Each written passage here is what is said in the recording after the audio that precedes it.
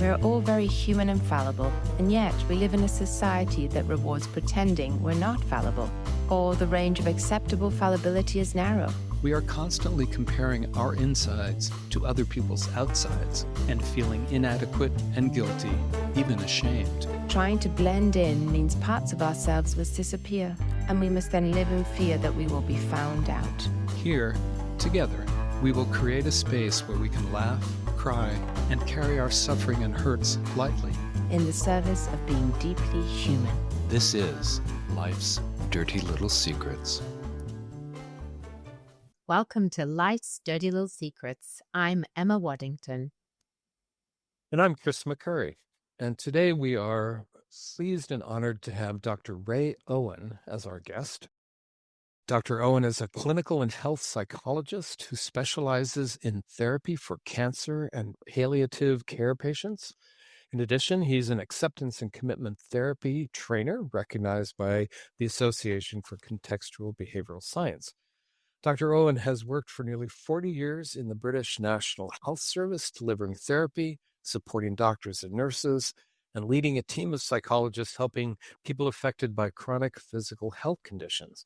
And he's published a number of scientific articles in respected journals, and his self-help books are highly recommended. One is called Living with the Enemy, Coping with Stress of Chronic Illness Using CBT, Mindfulness, and Acceptance, and also Facing the Storm, Using CBT, Mindfulness, and Acceptance to Build Resilience When Your World is Falling Apart, which is now in its second edition. And there'll be links to those books and other resources in our show notes. So welcome, Dr. Owen. Today, we're going to talk about grief and the many ways that grief can present itself.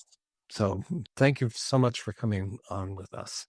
Thank you. Thank you for asking me. It's always a fascinating, if not necessarily the cheeriest topic to talk about. It's true. And most people, when they think of grief, they think of, loss and sadness and sort of a classic picture of that. But I know in your work, you've really explored this topic and you have seen that there are many facets to this, many aspects, many presentations for grief. So I'm sure our listeners will have a lot to get out of this. Good. I hope so. One of the things that's always drawn me to grief is its universality. We can go back to Freud saying that grief is the price we pay for loving someone. I suppose on a more day-to-day basis, any of us who are lucky enough to have anything or anyone that we love in our lives and who are ourselves lucky enough to live, through childhood into adulthood, will experience significant loss. And with that significant loss will come a variety of forms of pain and challenge.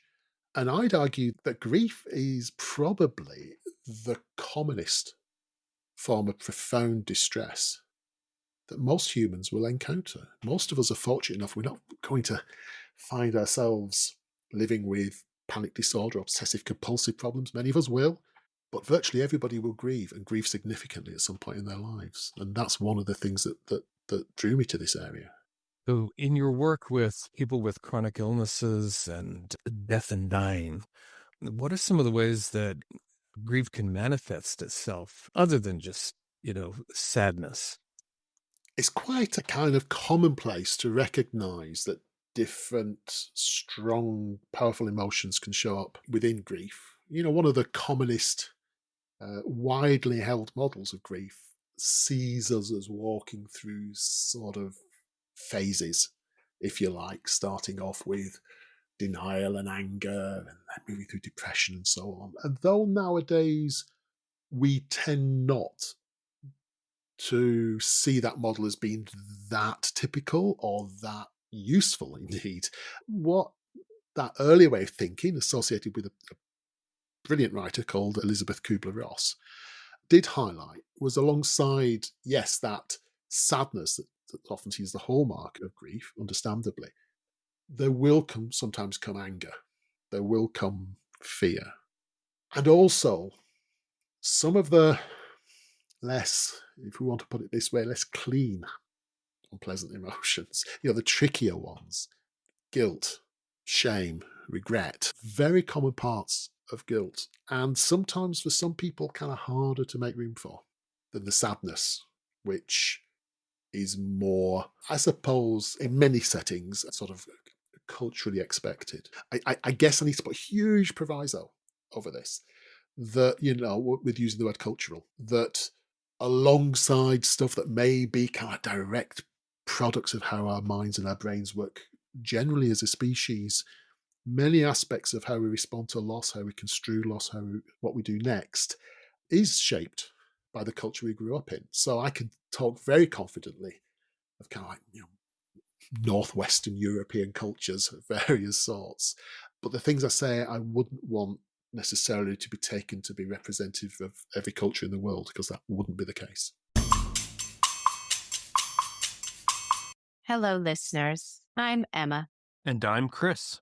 and we are so excited to share with you our latest workbook, Just in Case Sits with Anxiety, which was published by Jessica Kingsley. The workbook takes us on a journey with Justin, who's about to have his very first babysitting job. He is excited, but quickly gets hit with a wave of what ifs. What if something goes wrong? Or what if he's not good enough? In the workbook, Justin overcomes the inevitable challenges of babysitting 2 toddlers whilst learning ideas and tools to help him understand his feelings and face those fears, whilst learning to do what's most important to him, being a kind and resourceful kid. Based on acceptance and commitment therapy, it's packed with activities for kids plus helpful tips for parents. Order now on Amazon to find out how Justin learns to tackle his worries and move forward with courage. And why is it that sadness appears to be so much more acceptable than guilt and shame and anger? You're saying it was, there's that cultural message, but is there anything else? I suppose there is a kind of a dominance there. They agree in that grief is really kind of a response to an absence, to a disappearance of something important. So the classic example is, that your life has been made worse by the absence of that element. And that's kind of how we tend to think of, like, one of the primary colours of sadness is something taken away, something lacking, something missing. So I guess that's one of the reasons why kind of sadness might be front and centre in grief. However, it's never that simple, is it? And we know that some of the folks who particularly struggle following, say, a bereavement, so where the loss is the death of someone, some of the people who struggle most and for longest are people where there was a very ambivalent relationship with the person who died, or an outright kind of conflict relationship, or the person, let's take an extreme example, the person who died was your abuser. We know that sets up a complicated path on from there, and it's not as simple as just sadness. That is so interesting. And so would you say it's just grief then? I mean, I think that's one of the central questions, actually. And I'm not here to talk in great depth about the research because I'm not primarily a researcher. I know it's one of the questions that folks do struggle with on this. Whether when we say sort of the increase in traumatic memories, the increase in anger at the fact that there can never now be a resolution, you can never either put things right or see the person suffer or punished for the awful things they did. Is that part of a grief process? Is that something else? From the position of a clinician, which is kind of what I am at heart, in a sense, we could get lost in that conversation. What's actually happening is this human being is experiencing these things. And when we use a word like grief, some of it might be talking about specific processes of adjustment to loss. But most of the time, what we're talking about is a context where this person has lost something and is now suffering as a consequence of that. And the different bits of it we may tease apart in different ways and try and support them. And that's part of the fundamental problem of diagnosing and categories is we try to put things into these boxes, and human beings refuse to be put into boxes. And everybody's going to experience it differently, again, whether it's depending on their culture, their personal history, their biology, whatever it may be. So, Yeah. we can't categorize these things too neatly. No, and grief certainly has gone down that path.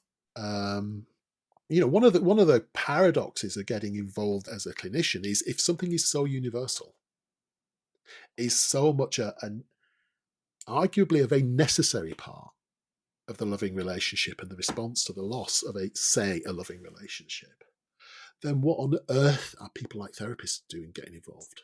Great question. Yeah, and we know that the most appropriate and the most helpful things in the context of a loss, particularly loss by bereavement, are the things that kind of every culture throughout history has found. It's kind of compassion, it's practical support at that time, taking some food round, helping with things, meaningful ritual.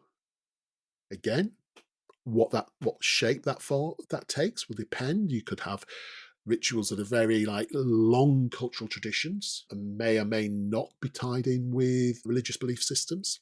But you also have new and relatively spontaneous rituals. I was in Italy a few weeks ago, and there sometimes on rural roads you get little roadside shrines, and that's been a tradition that's been going for centuries and centuries. And of course, I don't know if this is true in other countries, certainly in the United Kingdom, this new ritual has developed just in the last couple of decades of flowers at the roadside if somebody's, say, died in a road traffic accident. Well, that didn't exist before, but this is kind of a new ritual that has meaning. And so, the following of meaningful rituals and provision of companionship, those are the core things. You don't need therapists, doctors, psychologists involved for those bits. I think it's so important that you raise this, because this is something that I ask myself too. And I guess some people don't get that support, don't get those rituals, and maybe that's where they turn to therapy. Or their grief is not considered what we call the disenfranchised grief, right? It's not recognized by society. So society or their community is not gathering around them and offering them that support, that compassion, that help. Or the support, the help, the compassion runs out because it's been too long, and I'm putting air quotes. And, it's 3 to 6 months, you should be back to functioning. And that's how people turn to therapy, because, in our communities, and like you said, we can't speak to other communities, but in our community, grief isn't something that we do very well.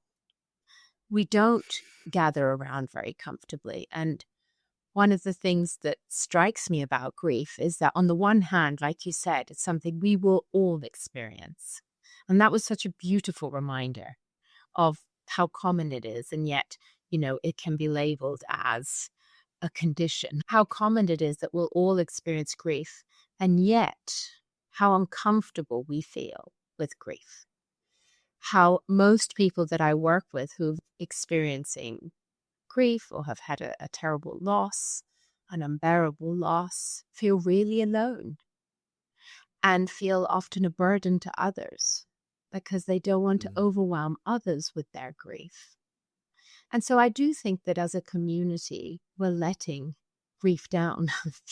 We're not very good at supporting grief and accepting that we will grieve and that people can have these tremendous emotions. And that's sort of what you said about, grief being very messy and complicated and lots of emotion. The sad, the ugly crying that we sometimes talk about, with grief is acceptable, but so many others aren't. Although I think the ugly crying is also a problem for many people. They feel deeply ashamed and will isolate. So I think despite it being just a matter of time before we experience tremendous grief, it isn't something we do very well. And maybe other cultures do with their rituals and their community. But I don't think in the West we're too happy. Maybe not too happy. Maybe it is a bit of denial that we don't want to sort of to face the reality. But I do think a lot of people find it hard. And I do think it's cloaked with the mysticism. Even as clinicians, we're told, can you see this client who's experiencing grief? We go, yes. Have you had training in it? do you know how to work with grief? Mm. So there's something about grief that's kind of, on the one hand, we all know what we need to do and how to support. On the other hand, it's incredibly difficult. I think that's an astute point. And one of the things that's, I suppose, tied together a couple of threads in my career has been both on the grief side, after a loss or a significant change has happened, and also in anticipation, whether of the death of another person that you love or of your own mortality, a change in your physical function that alters your life fundamentally. One of the things that ties them together is something very clear and very actual has happened. But we're not in the position of saying, well, you see, this is all just about you've got this habitual way of looking at stuff that always gets you into trouble. And some people are really cursed with that and it ruins their lives. But with these kind of situations, it's everybody's going to look at it and say, well, hang on, the person you love most in the world has just died. Of course. So for that reason, I think sometimes simpler, more basic psychological interventions, which have sometimes arguably overemphasized sort of the internal causality, that it's a problem arising just from within. I think sometimes that can feel a bit intimidating when we're dealing with a big tangible thing, that there's a big societal sort of, not taboo, but a big societal recognition that, well, that's awful. So yeah, I think the, are you trained bit is not necessarily you need a fundamentally different set of skills, because I really think you don't. However, you do need to be ready to apply that in a context where the big bad thing ain't going away. Yeah. That person will always have died and that person will always be absent. And so sort of looping back a little bit to the slight tendency to diagnose, which arguably, as you were saying, Chris, is sort of part of that way that humans make sense of the world by categorizing, try and impose some sort of order on the chaos of reality. And of course, we import that in, and it works relatively well for lots of physical health problems. Sometimes doesn't work so well around psychological distress and suffering. And in grief, we've certainly that distinction between, well, this is, and I'm going to take my turn to borrow the air quotes now, normal grieving. And then huge amounts of ink have been expended in categorizing problematic or abnormal grief. And you can see, with good heart why people have done that, to try and say, well, we shouldn't really be sending everybody off to see a therapist because they're sad that somebody's died. That's not right. And at the same time, if you have somebody who 5 years in is still at this very high level of distress,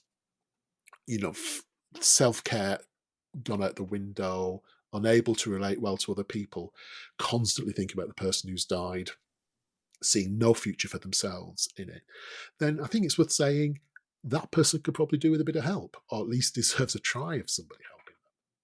So, without getting lost in at what point does it become prolonged grief or unresolvable grief, it's just, oh, look, here's somebody who's really struggling. Isn't it time that somebody kind of try to sit down with and see if there's any way we can help them a bit? And I think that's a more functional kind of distinction than this classic thing of categorizing and sorting. I know one of the things that you've talked about is the whole idea of resilience, and how there's a dark side to that and how it's applied, and that resilience can become just another kind of finger wagging, you should be more resilient, or a way of, because we've on this podcast talked about burnout, and how, the idea of being more resilient may be just another way of our overlords getting us to go back into a situation that's not healthy. Can you speak a little bit about that in terms of resilience and how that's been incorporated either for good or for ill in the grief process? Yeah, it's been fascinating to watch the development of the use of the word resilience and how bad a press it's got over the last decade or so. And absolutely, there is now that association with kind of, like blaming the victim. in a society which asks a lot and often too much of individuals in the pursuit of the well-being of others rather than of themselves. And yes, there's sort of the concept that anybody who fails to deliver and then deliver more on less and less resources, it's a failure of resilience on their part if they can't, rather than a perfectly normal human reaction. So there is that bit, and that's why I think that, interestingly, there was a conversation that went on with my publisher in the second edition of the book about the word resilience and whether we still wanted to use the word resilience, whether it had now got such a bad press. I kind of fairly strongly defended it because the core concept is an important one. You know, when people were first talking about resilience in a vaguely psychological way, not just in a general language way, you know, people are identifying two components, which is the ability to recover from major setbacks and the ability to persist in the face of difficulty. Now, if it is your employer overlord who is giving you the setbacks and setting unattainable levels of difficulty of what's being asked of you, then absolutely that's kind of like an abuse of the concept. However, life will give you setbacks. This is an absolute given. And there is not just individual episodes of major setbacks that are going to knock you on your backside. There's also going to be at times sort of continuing pressure that you're going to be working against. Not because somebody's abusing you and something's wrong, because that's what life gives us.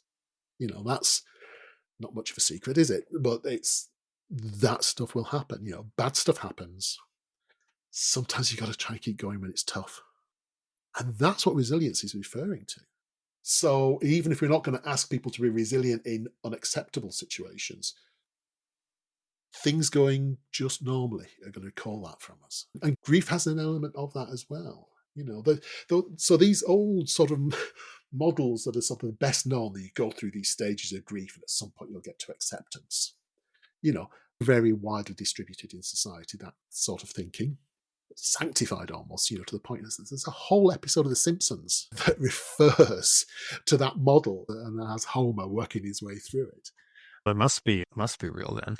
It must be real. I mean, how could it not be? You know, and he manages it in about 30 seconds. So, you know, we're all clearly missing a trick.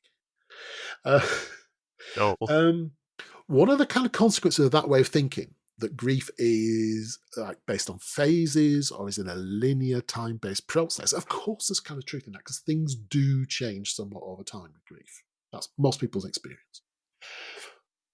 But one of the kind of much more useful models of grief is something called the dual process model. Okay, which sounds very grand and sounds very scientific. When I explain it, it's going to sound, well, yeah, of course.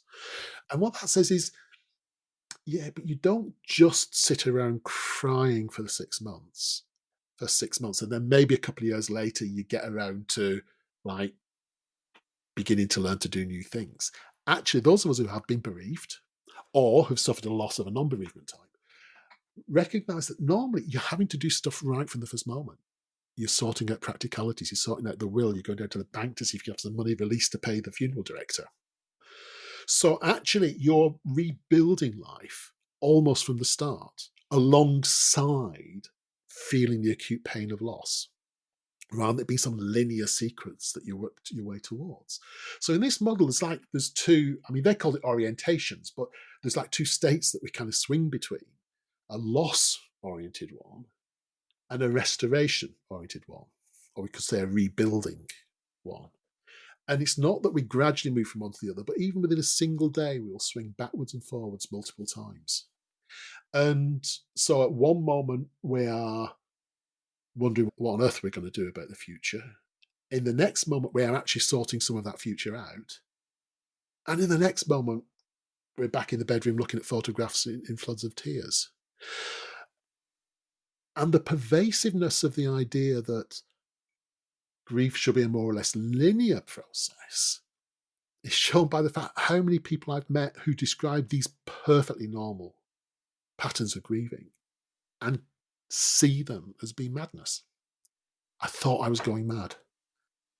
I swing up and down all day. Sometimes I'm doing this and sometimes I'm doing that. And when we can sort of walk them through, this is how we think a lot of people are. Just the relief from I'm not mad is so immense. So those two aspects being very much kind of woven together.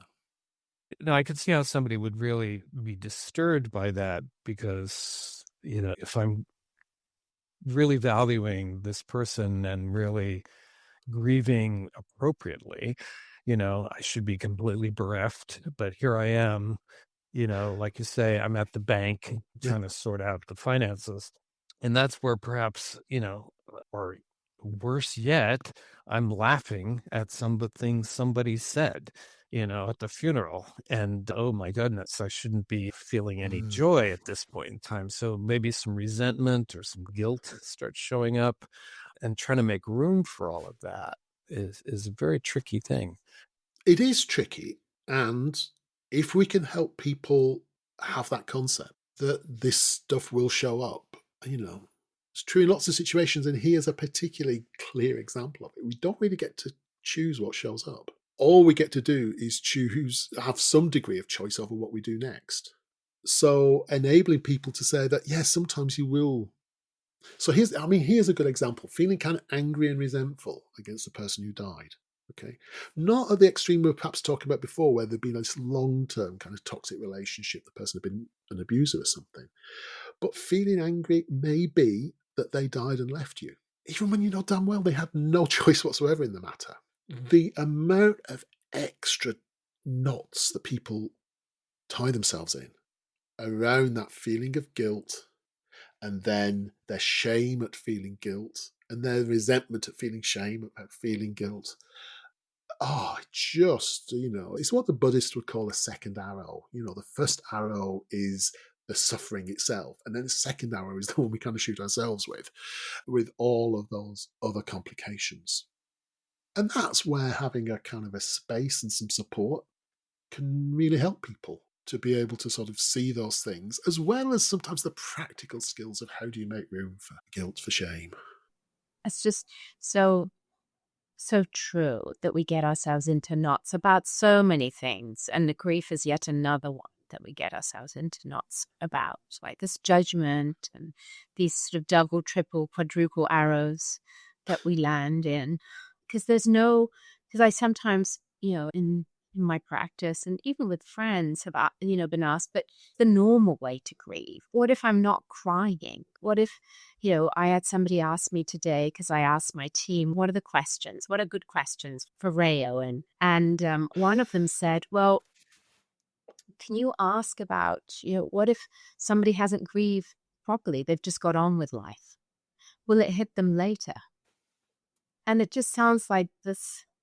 I mean, when I don't know what this person is experiencing and what getting on with life actually looks like. Maybe it is what you've said, functioning because they have to function, but actually in the back room, like we say in on our podcast, you can't judge people's outsides because we don't know what's going on inside. So are they functioning? Who knows emotionally what's happening for them? But this idea that you should be going through grief a certain way.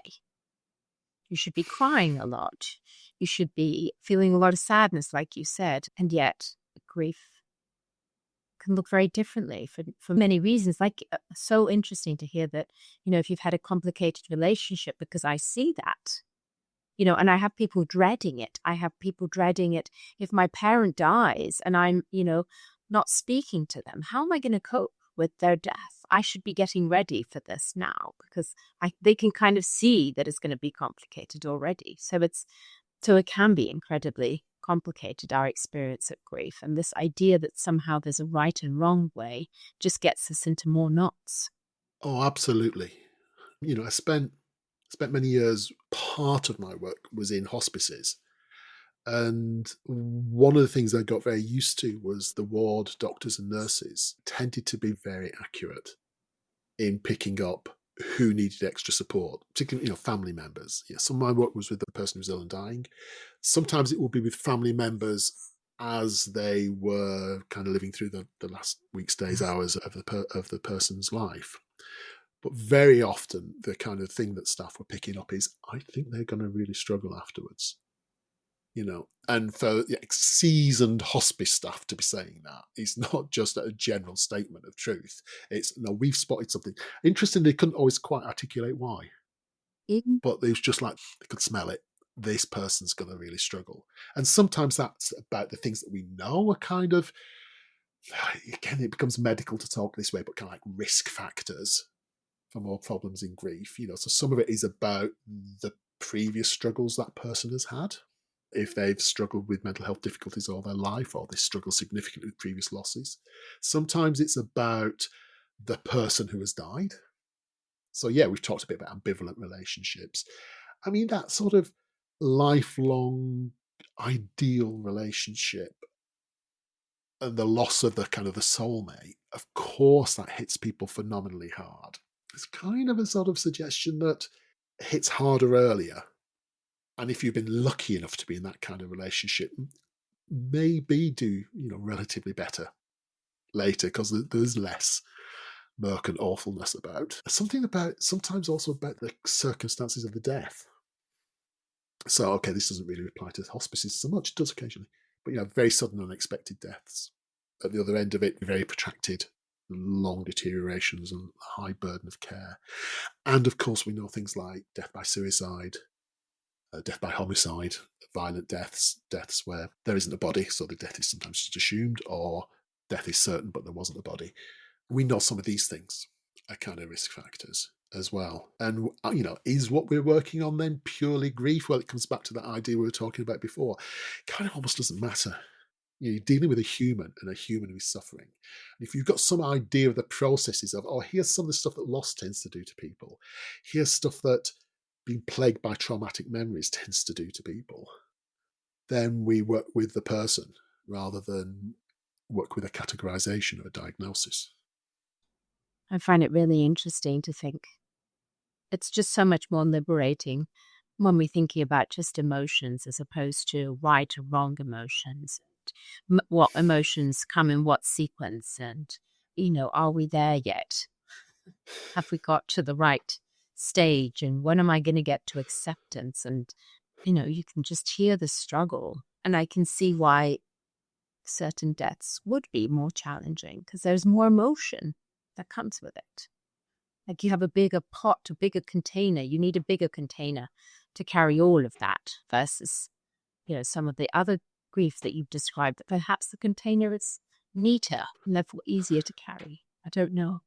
I think by the time you've kind of looked at the sort of personal history of the grieving person, the nature of the relationship between the grieving person and the person who died, the nature of the death and the time left up to the death, the context, because we haven't even really talked about the fact that, all of this so far is kind of fairly within or between people psychological. If people are simultaneously by the death being rendered homeless or stateless, maybe, suddenly all these other sort of societal factors really come into play, quite apart from what you mentioned before, Emma, very kind of astutely, that some grief is disenfranchised, is less approved and okay. And we've seen the textbooks and all the examples. I suppose classic ones would be that I've certainly been involved with,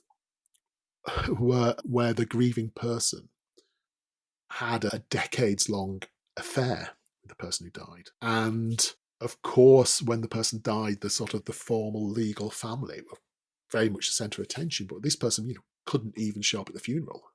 So you've got that. You've got where people will disagree on the grounds of ethnicity or sexuality with the nature of the relationship. So, that's kind of not okay. I tell you, the biggest single one is whether it was human or not. Biggest single source of disenfranchised grief is death of a pet. Sometimes a pet is the single best relationship a person has ever had.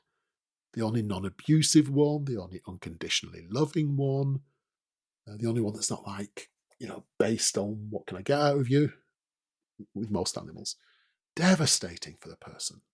And psychologically, way more significant than the death of any human they happen to have shared the world with, and yet just a pet. Oh, for goodness sake, it was just a pet, get another one. So, in terms of working with disenfranchised grief, that's the category I've come into. I don't think anybody's ever come to me because of the death of a pet mainly because they were ashamed. But you start peeling the layers away of why is this person reacting, and then you discover that, well, actually, they presented for this problem, they presented for that problem, but actually what's driving in the middle of it was, they lost their soulmate who happened to be a dog, a cat, or a whatever, and that's what needed the work. And so what that sort of leads me to think about is different types of grief, right? We described the disenfranchised in terms of the loss of a partner or a pet, a loss of a being. But some people experience tremendous grief, loss of identity, and they lose a job or they lose their status, they, they're no longer married, or so there's different types of grief in that way too. I wonder if we can touch on that, because that Yeah. brings Well, people to there's just getting old, which also. is near and dear to my heart at this time. There's a lot of loss. Just a number of years ago, I was working with an older gentleman. He was in his early 70s, as I am now, but I was quite a bit younger. And he had some anxiety issues, and we did some nice work together. But one day he was talking about getting old. And I think Emma's heard me mention this before, but he said, when you get old, you experience a lot of loss. Your kids move away, your knees don't work as well anymore. You lose your job or you retire, and then that's part of your identity. Maybe, friends and a spouse die. He said, it's a lot of loss, but he said, it's like playing a game of chess. He said, when you play chess, you're going to lose pieces. It's part of the game. And sometimes you may lose an important piece like a rook or maybe even your queen, but you don't quit the game. You adjust your strategy based on the pieces you have left, and you play the best game you can.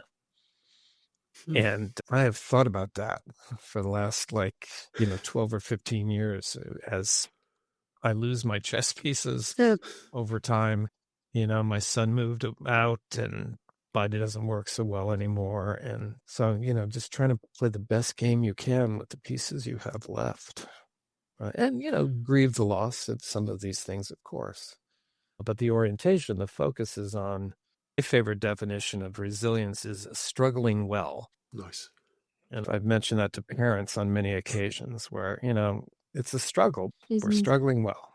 And I guess what that makes me think, Chris, is that sometimes our work with people is to work out what well means for them. Mhm. Because it can be very easy to be attached to the kind of the obvious surface form of things, the chess pieces themselves. And yes, they go, and yes, there's pain of them going. With the concept of what game am I actually playing here, gives us then the chance for saying, I'm still in the game and I'll play my strategies. And as you say, struggling well, that kind of begs a question about what we mean by well. And it may not be pretty. No, as my mother, I grew up in the northwest of England, was very fond of saying in her later years, is that there's no good about getting old. Yeah. I mean, there are benefits, aren't there? They're meant to be the accumulated wisdom and all these things. And I get discounted cinema tickets, yeah. Well, there we go. I've not quite hit that yet. It's soon, but for sure, yeah. There are many losses, and some of them are kind of those, if we're lucky enough, are those gradual losses, which still hurt. And, we have some opportunity for sort of adjustment to, for kind of like getting used to. I think where it gets tricky are when we have like multiple losses very close together. And again, it's easy to think of bereavement type of losses for that. When we do get older, then obviously more of our friends are dying. But even with younger people, one of my first jobs out of qualifying was at a regional HIV and AIDS unit in the early 1990s, where, we were supporting quite a cohesive community in Manchester who were losing an awful lot of people. And everybody had lost multiple people and previous partners and things. So, that sort of, you can get very specific situations where you get these kind of concentrated losses. But as we say, like with age, we get that. So the multiples of losses. But also, I think sometimes there's a kind of added shock from things being not in the natural order of things or sooner than people would anticipate. So one group that I've worked a little bit with have been sports people, athletes whose careers have come to an end unexpectedly, which is, of course, a kind of a real possibility. And you meet these young people who are in their late teens, early 20s. And since they were young enough to know they loved sport and to be being picked out as something a bit special, that's been their entire lives. Yeah. It's been all their time, all their energy, but it's also been their identity, the place they get validation, a way of living by their values. All of those things are concentrating around the sport. And then it can get taken away from you in the blink of an eye. One tackle that kind of wrecks your ligaments. And then suddenly at the age of early 20s, but even if they have a successful career and make it all the way through to the grand old age of 30, when it's time to retire, suddenly we're in that situation of having two sets of problems. We've got the grief for what you're losing, and we've got the rebuilding. So it's actually very much back to that grief model. It's the rebuilding. What am I going to do next? And, how can I live by those values that used to get supported in my sports life in a life beyond being an active athlete? But if we spend all our time on helping the person build the way ahead, what we would call restoration or rebuilding orientation in this model, and we don't spend enough time saying, this really sucks, doesn't it? It must really hurt that you're not that anymore. Let's just make room for that and notice what happens if we get too tangled up in it, but make room for it as well as moving forward.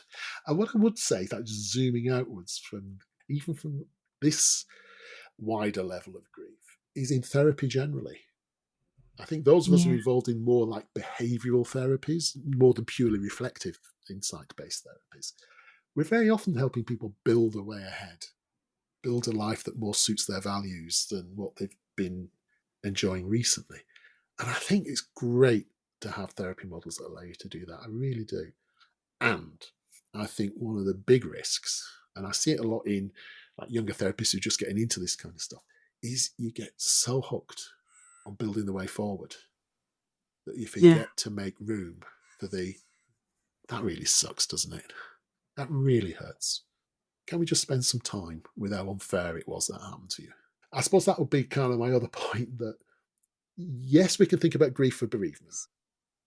That's going to be the biggest part of your work in some ways. But then there's grief that's around other major life losses, loss of role, loss of job, loss of career, loss of identity, loss of health and youth. But then there's also that bit of grief that's just a part of everything. And if we don't make a room for that, then we're less able to do the other stuff that we want to do as, say, therapists. And that may be a good place to end. Any final thoughts, though? Okay, here's my final thought. There's a dilemma in grief therapy, right? Grief for somebody you truly loved is a lifelong process. It will change. It shouldn't be so high intensity, but it's lifelong. So when would grief therapy end? Because the grief's still going to be there. So it is kind of what came to me over time, that when thinking about grief and grief therapy, the person you're helping is like a ship, and they're going to be sailing off across the Atlantic under their own steam in the direction they're choosing. As a therapist with a little tugboat, right, we know about this harbour. We know where some of the currents are. We know where some of the rocks are. We can sometimes work with them and their engines to get them off the odd sandbar and help them work out which way they should be pointing as they leave the harbour and set off on their lifelong journey. And at that point, we have to cast off, because if this little tugboat stays tied to that big ocean liner, I'm going to be pulling you off course and I'm going to be holding you back. So although it might feel a bit scary at that point, we need to cast off, and I need to wave you on your way and wish you well with the future ahead. I love that. That's really lovely. Thank you so much. I have learned so much today, honestly. It's just been really nourishing and validating of so much of what I've witnessed and seen. And I've learned a lot. Thank you. Thank you for asking me. Thanks so much for tuning into the Life's Dirty Little Secrets podcast. If you have any feedback for us or secrets for future episodes, You can email us at lifesdirtylittlesecretspodcast@gmail.com. Be sure to follow us on Instagram at Life's Dirty Little Secrets or on Facebook at Life's Dirty Little Secrets Podcast. We invite you to follow, rate, and review us on wherever you listen to this podcast. It is the best way to get our podcast out in front of new listeners. We'll be back in a couple of weeks with more. See you then.